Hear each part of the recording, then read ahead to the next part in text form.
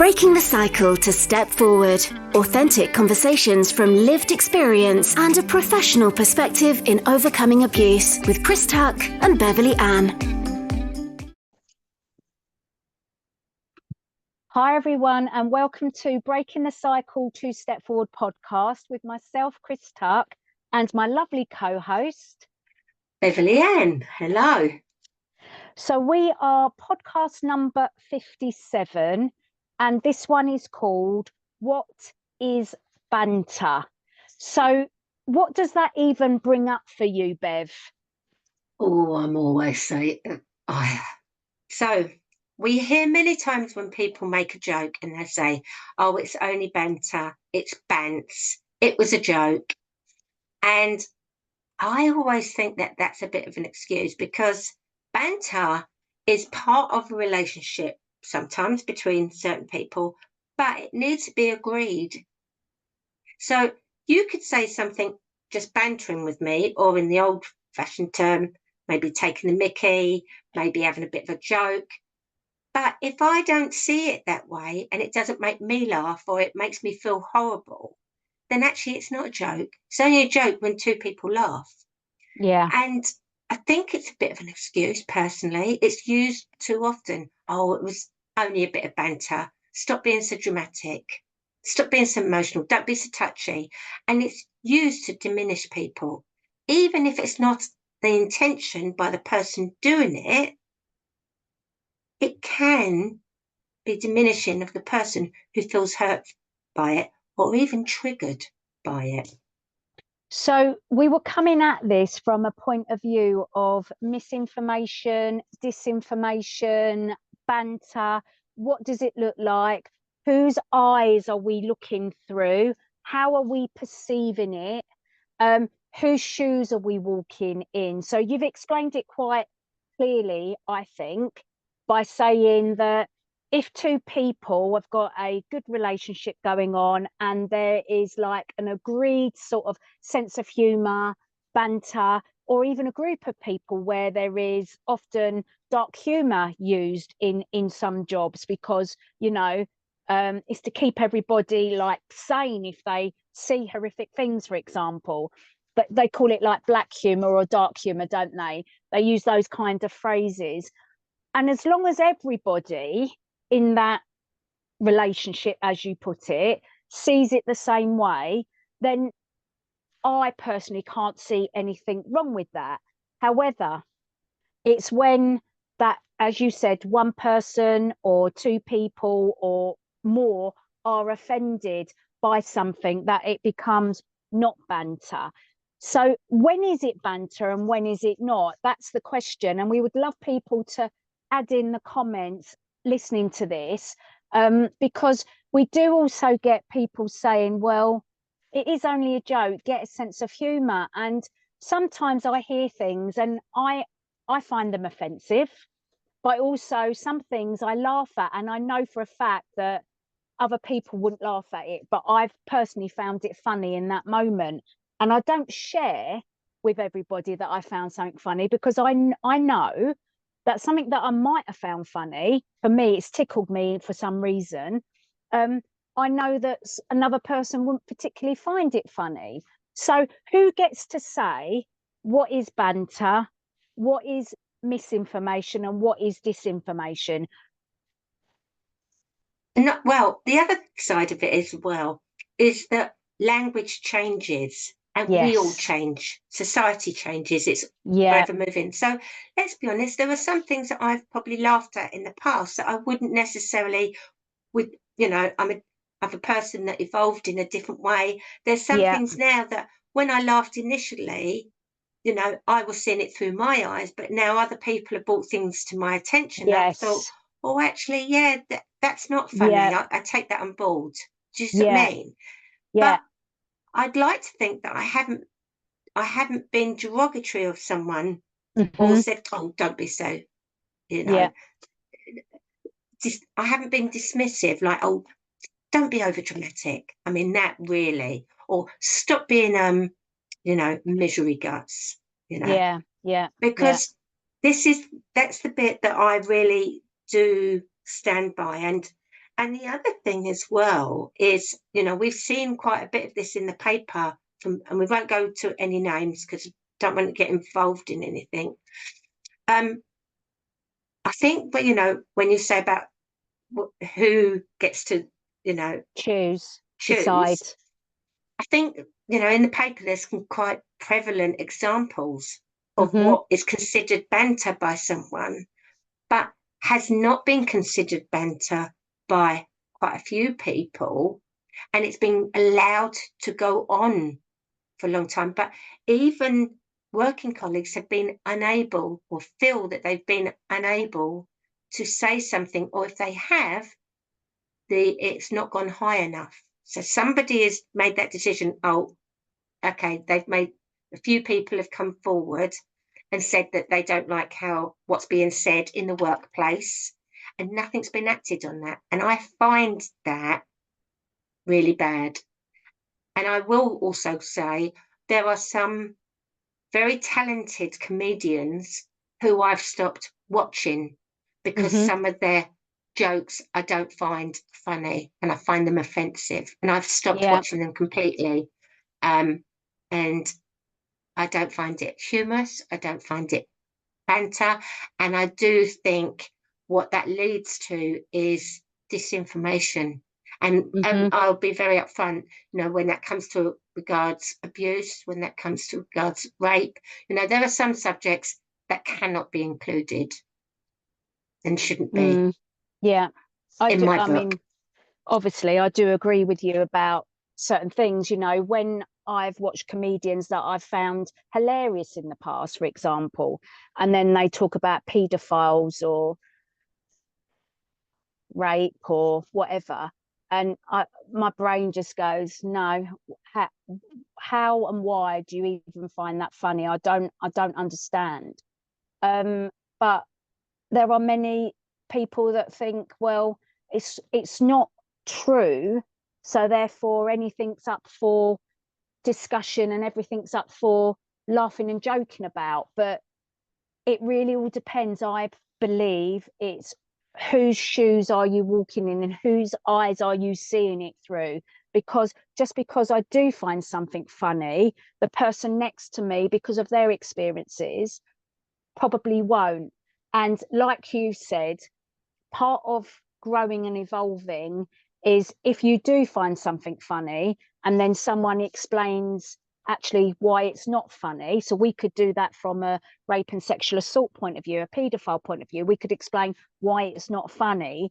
Then I think that if people at the end of that take that on board and learn from it, then I haven't got a problem with that, because as you said, we all as a society move forwards decade to decade, and what was acceptable 30, 20, 10 years ago is no longer acceptable today.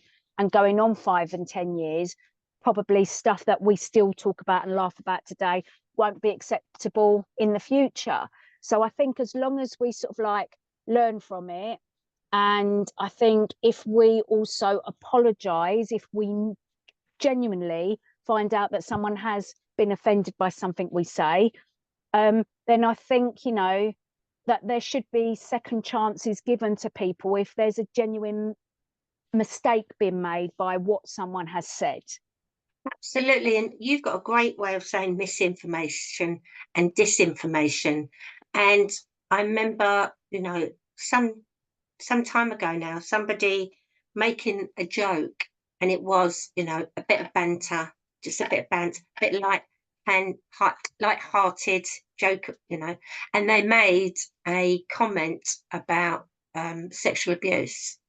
And I actually said, I don't find that funny. Actually, I find that offensive. And I gave the reason why. And they was like, oh, stop being a wet weekend. We're just having a little bit of fun. And I was like, actually, no, because what you're doing there is you're minimizing. Yeah. You're minimizing that. And I may speak out, but there's many more that don't. And also, then they tried to justify it. And actually, I think I can't remember what it was they said, but then I said, but you're misinforming people, because that's not true. Yeah. That is not true. Yeah. But I also, I'm going to broaden this out a little bit, and it's for me, that phrase misinformation and disinformation, without getting too political, but I think it would be wrong of us not to go there a little bit. It's bounded around wrongly, in my opinion, because people tend to use that phrase when they want a one-sided narrative to be accepted, and you can't question that one-sided narrative. And that really gets my goat, because for me, in a world of where we have freedom of speech, it's really important where we can see both sides of a narrative. We can have a debate about it without anyone being offended. Yeah, we can all have our opinions, and even if we don't agree, we walk away with respect for each other, because absolutely, that's how we all grow and learn to communicate properly and move forward. So it's, for me, this phrase, when it's sort of like, oh, you're misinforming, you're disinforming, you're putting out the wrong information, it's just like, who gets to decide that? Yeah. And for me, it has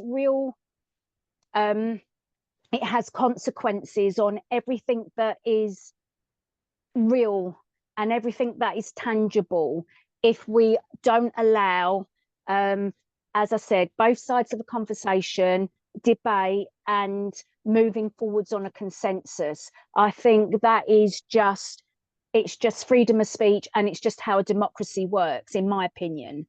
And it's informed choice, because if you can't 100%. look at it from both sides, yeah, how can you make an informed choice? You know, there are some, as I've said here, you know, highly respected comedians who yeah, I've really liked, but because of some of their content, I've made the decision not following you now.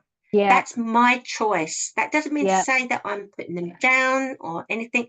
No, You know, that is my choice. And I think that's, you know, like you say, you know, being able to see two sides, I think is with, then you make an informed choice. yeah, Actually, I've got both sides of the information. Actually, I'll take some from that, and this is where I want to go. yeah. And I think this is all part of being a individual that's been harmed in the past, and you're still living with the trauma impacts. It's part of our empowerment tools that, you know, we get to trust people by having, as I said, both sides, as you said, informed choice as to what you want to do or not want to do, but being told that you have to follow that, believe that, and don't challenge it, that gets my hackles up. It gets my spidery senses going, that, hang on a minute, something's up here, because you're not giving me empowerment. You're not giving me body autonomy. You're not giving me control over, as you said, making a choice, doing what's right for me. So it really, when I hear that phrase, it can really trigger me. And there is another side of it as well. You know, of course I do. I banter or have a laugh, you know, with other people. You know, but if that person was in a place that 9 days out of 10, that's funny, but on this particular day it's not, and they say actually that hurts, or I felt Yeah, that something you said earlier, you know, I got thinking about it and it really upset me, I wouldn't diminish their feelings. I would no, say, you know what, thank you for telling yeah, me, and I'm really sorry, that was not my intention. yeah, And it's okay. It's okay to apologize. It's good to be able to acknowledge people, because let's be honest, some people might say one or two things and it's a joke, but then we'll have one day where, you know, we're feeling extra sensitive and yeah, it's not funny. yeah, yeah. And I remember someone doing that once when I was pregnant, and they soon realized I'm just literally about to have my firstborn. What did they say? Can you share or not? They said something like, "Oh, careful, will your bum fit on that chair? You're getting so big now." Okay. And okay, they were referring to my pregnancy, Yeah, yeah. but I didn't hear that. I No. heard like my bum's looking too big, and Yeah, yeah, it touched a nerve. yeah, yeah. I burst into tears. Oh, bless you. Yeah. They But the actually thing were is, like laughing and said like, I'm the thing is, sorry. in the reality of it, you're pregnant, your bum would have spread. So they weren't lying. It's just you were not taking it in Yeah, the vein that they were presenting it. So, you know, it is, yeah, there's a lot of that goes on, isn't there, as well? You know, many people, we're so stressed, we're so heavy in what's going on that some people try and make light of things, and their banter is trying to just lighten the load and get people to smile and laugh. And I get that. And as I said, there's many examples of where that's absolutely fine. But where there is true offence caused, then it shouldn't be minimized. It should be spoken about, and it should be acknowledged and apologies made if that is the case. absolutely. And I think if more people can come to the table with that, then that is part of a working relationship, isn't it? Yeah. If somebody says, I'm really sorry, instead of diminishing, like, I'm really sorry, I didn't mean Yeah. to offend you, I'll be Yeah. more mindful. There you go. Walk on. Yeah. But Yeah. trying to diminish what's said, and we've seen some bad examples of that in the paper lately, and we're not going to go into any specific because things haven't been come to a final part, but yeah, there are different ways to do it. And with any relationship, it is a working model day by day. Yeah. Yeah. Right. So where are we going to go with this? What is banter? I think, as we always speak about, it's like boundaries within a relationship. So mine and your relationship, for example, very good friends. I'd like to think that we can have a laugh and a joke, and I'd like to think that I've never upset you, and vice versa. And I would like to think that we've got a relationship where we can actually go, actually, that really hurt my feelings, or you say that to me, and then we can just communicate it and move on and have a laugh about it another day, you know? And that's what's lovely about it. And I'll put my hands up. I've offended my daughter once. I won't go Yeah. into it because it's her No. story. But it Yeah. was meant that I did it over text. And there's another thing. Oh, yeah. The I written did it. word, eh? Yeah, she told me something, and then I responded, and it was tongue in cheek, and I really, really upset. Once I realised, I was Yeah. like, I am so sorry. That really Yeah. was Yeah. not my intention. I Yeah. meant it in this way. Yeah.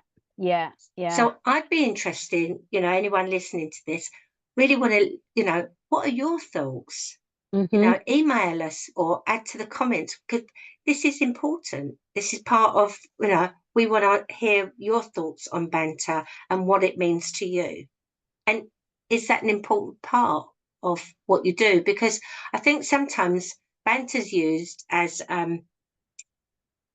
part of overcoming insecurity at times. What you think, someone sort of like turning up as the clown or the comedian, whatever it is you want to say, and almost acting the fool, making light of everything just because they feel very insecure. Yeah, Is that what you mean? Okay. yeah, and that's not all the time, but yes, Yeah. that is some of the time. And so they are the people as well that would be the last thing they'd want to do is upset anyone, Mm. because they're doing it as a way to be inclusive themselves. And then to find out that they've upset someone, it's devastating. It's not their intention. So we're not saying that people that do it are doing it with a malicious intent often. But I like Jack Dunham. He's got these puppets that he speaks through, and he Okay, I often don't know. makes it's. I find it funny, and he often comes up with like scenarios of everyday life, and I laugh at that because I can just see it playing out in my relationships and many other relationships, and it's just highly funny. And I just think, more of that. But just because I find it funny doesn't mean to say everyone's going to find it funny, and some people might be offended. So I think this is where what you said, you can choose. We've got choice, and we don't have to follow them. We don't have to listen to them, but we also don't have to keep going on about it and slating it unless it truly is misogynistic, homophobic, or anything like that. That is truly, just not acceptable in this day and age. And isn't it there is a fine line as well? Because there are some people that are able to deliver, and they deliver it well, and you find it funny, even if you don't always agree what they're saying, but they're funny because the way they are. And then there's other people that, for some reason, you don't connect with them, you don't like them. They can come across as sleazy. But also, and we seem to be talking about comedians a lot today, but I think we're talking about everyday people as well. But yeah, I love the fact that when anybody can take the mickey out of themselves, yes, as long as they truly mean it, like they're not diminishing themselves to make people laugh, because I wouldn't want them to feel horrible within themselves.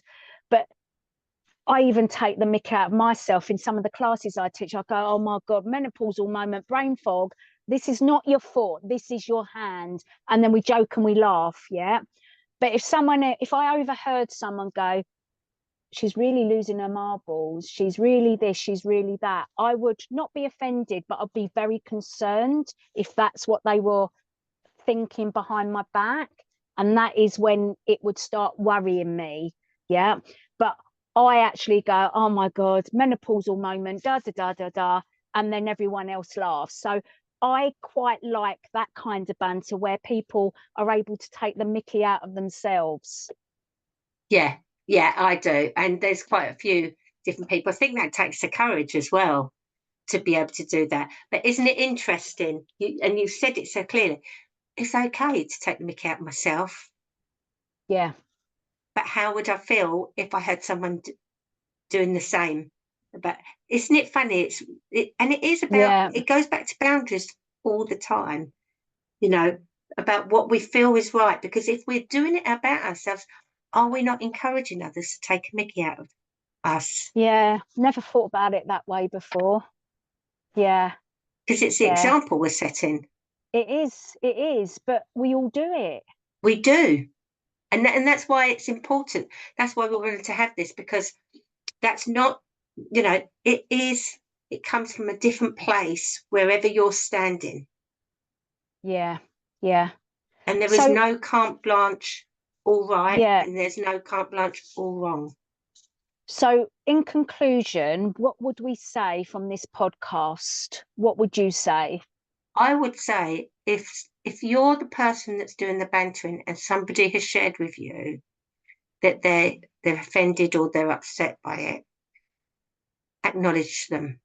Mm-hmm. Don't dismiss them, acknowledge them, and ask them why. What was it about that? Yeah. Because then when you get more of an idea, you get more of an education about what's right between you and that person.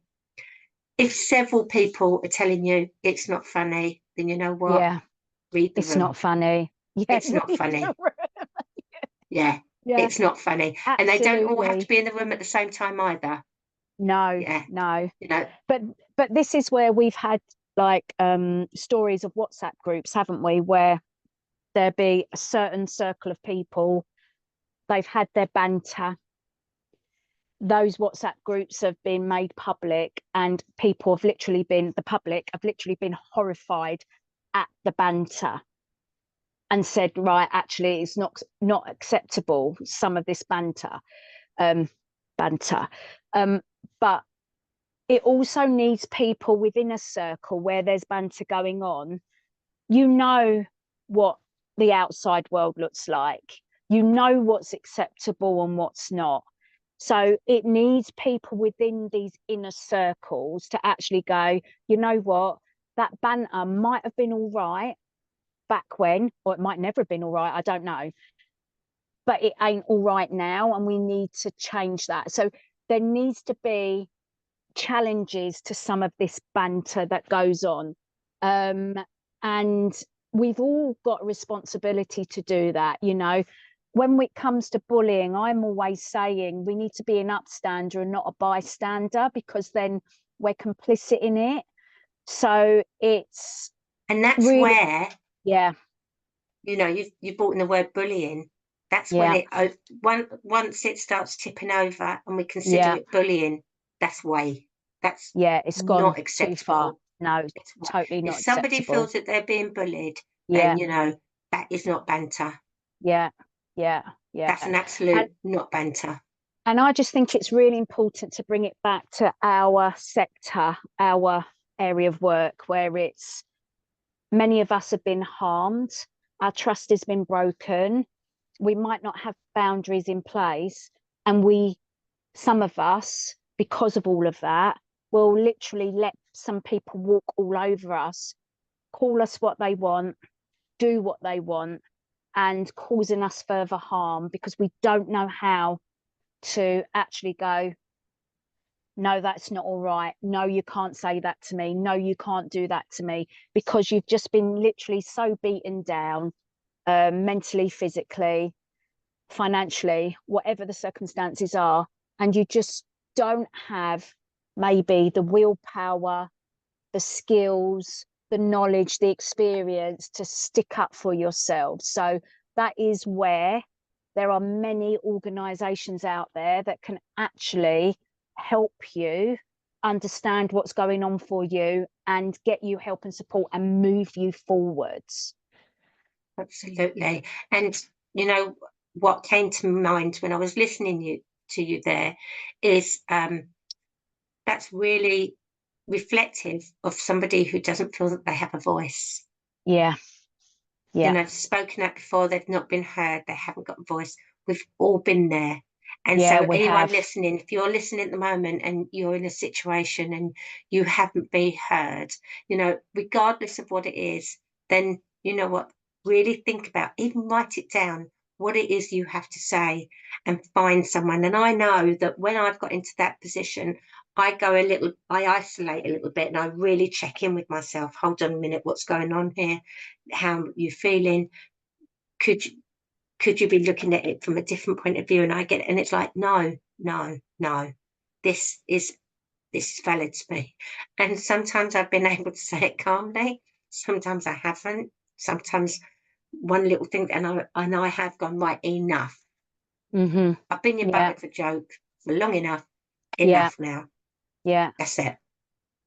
And for me, Bev, when I don't feel heard, I also go into myself, and I think many people do, and start going, right, what's wrong with you? What have you done? And I'm like, yeah, what have I done? Because if it is me, I can change me. But if it isn't me, and then I often go to other people outside of me that I trust, like you and a few others, and I go, right, this is the situation. This is what's happened. This is how I feel. What is your take on that?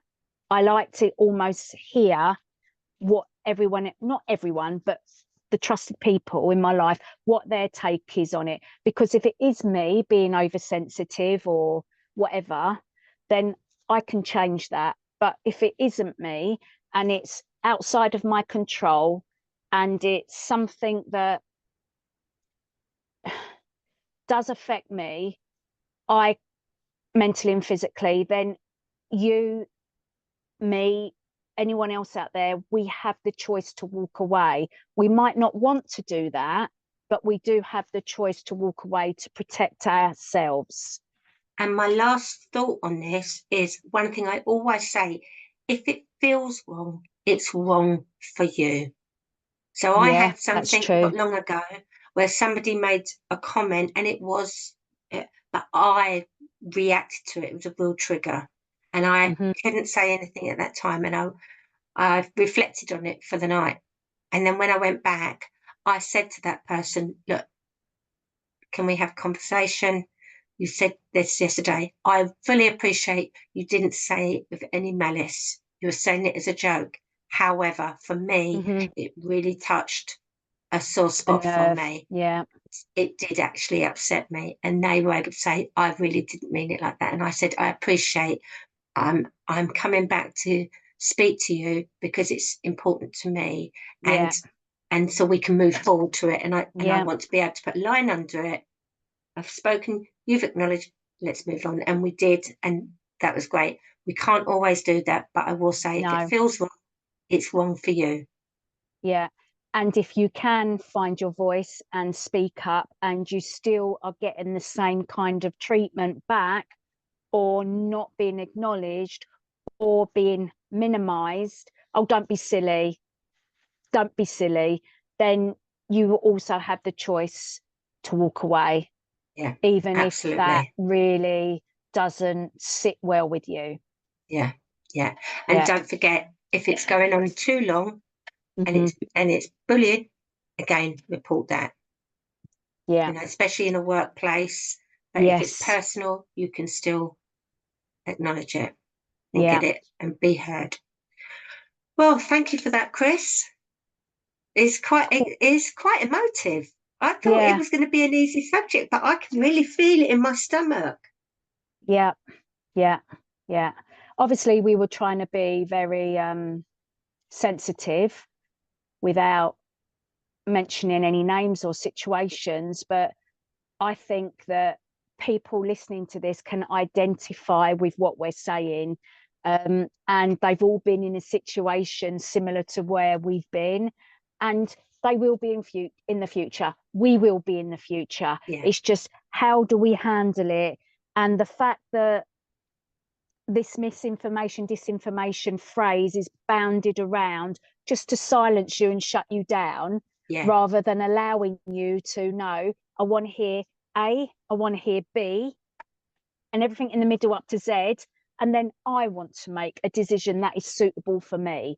That is where we should all be striving for. We should all want that, because then we can make our own decisions based on our own beliefs, based on what is good for us. And let's be honest, we're never going to agree 100% of the time. No. And we don't want to.